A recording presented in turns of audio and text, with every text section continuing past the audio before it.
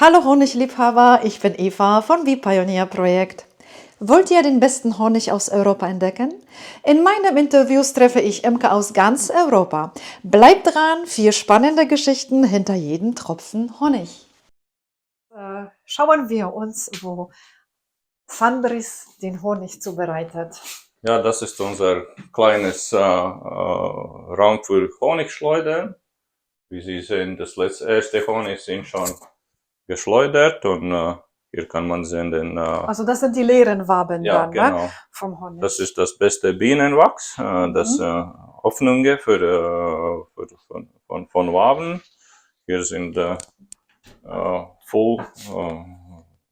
Die vollen Waben. vollen Waben, ja, mit Ja, wie man, verschlossen noch mit Wachs, die du ja, da... das ist wirklich ganz Wie schwer ist so eine Wabe hier? so Oh, die ist aber schwer schon. ungefähr 2 Kilo.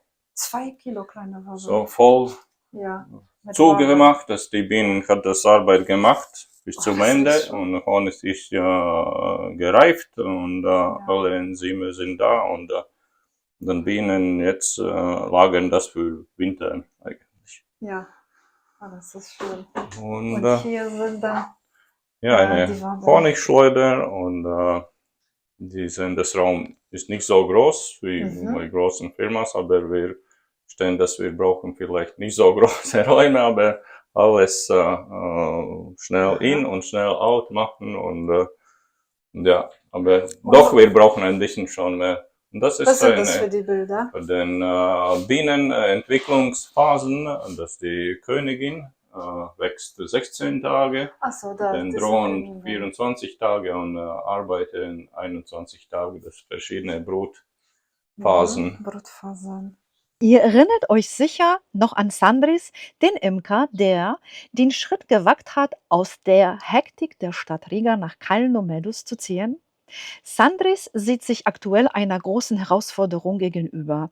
Nachdem er sein gemietetes Gebäude, in dem er alles für die Imkerei liebevoll instand gesetzt hat, unermüdlich renoviert hat, möchte der Besitzer es jetzt zu einem für Sandris viel zu hohen Preis verkaufen.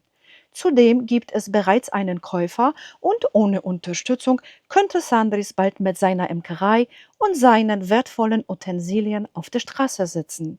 Durch die Zusammenarbeit mit dem Bee-Pioneer-Projekt und insbesondere durch einen langfristigen Liefervertrag konnten wir Sandris jedoch helfen, sein Gebäude selbst zu kaufen und so seine Imkerei weiterhin erfolgreich auszubauen. Lass uns gemeinsam einen Blick auf seine Geschichte werfen und sehen, wie wir durch Gemeinschaft und Unterstützung einen großen Unterschied im Leben eines leidenschaftlichen Imkers machen können. Also hier sind wir bei dieser Wiese mit Bärenklau, Ja, wo Sandris alles eigenhändig entsorgt hat. ja, weggemacht. Ja, weggemacht hat, damit die Bienen mehr schöne, bunte Pflanzen haben. Also Aus diese natürlichen- Artenvielfalt von den Blumenflächen schaffst du, ne? Ja. Das heißt, wie viel Quadratmeter Flächen Da ist? gibt's 5 Hektare, war so ganz große 5 Hektar? Wiesen. Ja, 5 Hektar hast du genau. alleine das gemacht? Die alle. Ja, Den ganzen Hügel. ja.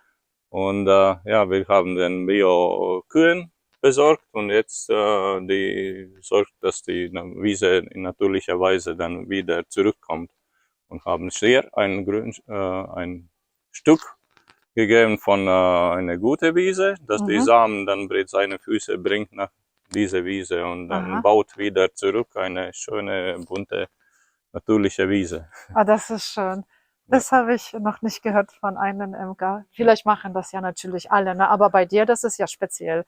Da bist du richtig oder hat deine Das ist Frau dir Probleme das von gesagt? dieser Gegend, weil da war eine ganz alten Kuhstall von Sowjetzeiten und die hat angefangen zum Futter damals importiert aus Osten diese Pflanze und dann die hat hier verbreitet.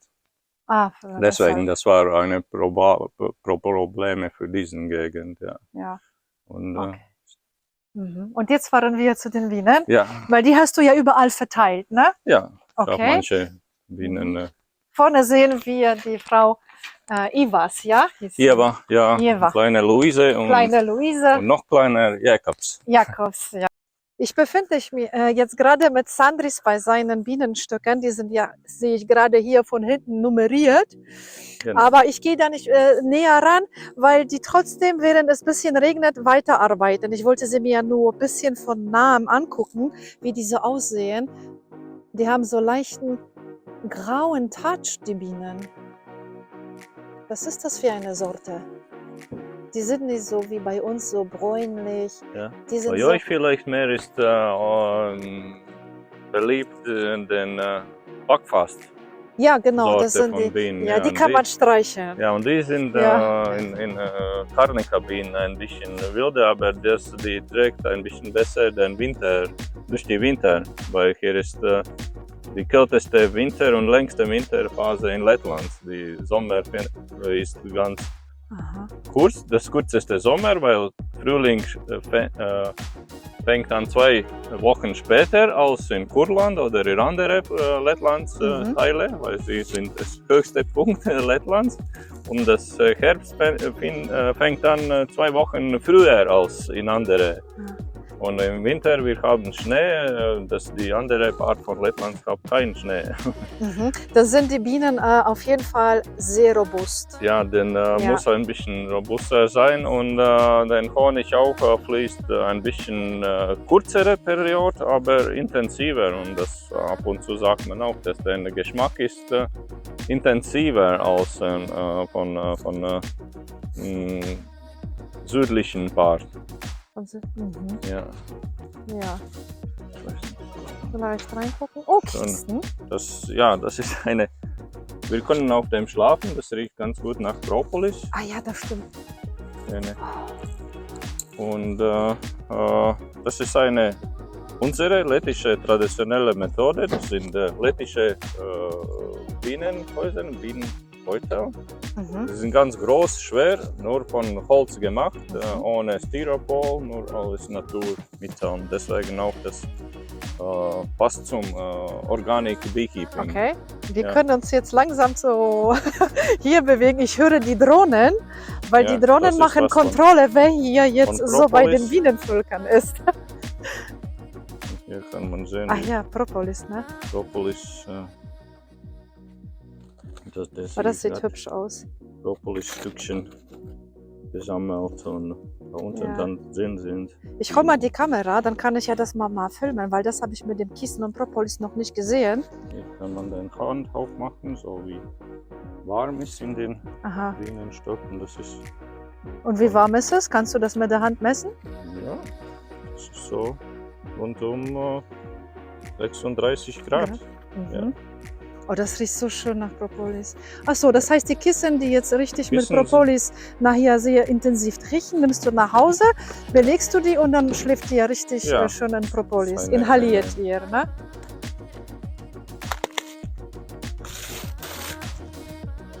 Die Weise, die sind die bittere Pflanze, von die fängt an zu bittere Blütenpollen. Aha.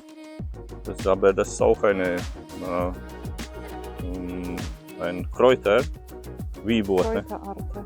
Ja, manche machen den eine für Sauna. Ah ja, stimmt. Ja, sehr schön. Das ist ganz reich. Ja, dann sage ich Tschüss, meine lieben Bienen. Wir sehen uns nächstes Jahr. Ja, bestimmt. Ne? Ja. Und bis zum nächsten Ja. Jahr. Werden uns Tschüss. freuen, wieder zu sehen. Ne? Ja. Ciao. Ciao. Hi. Meine Visitenkarte schon mal. Das ist meine Visitkarte.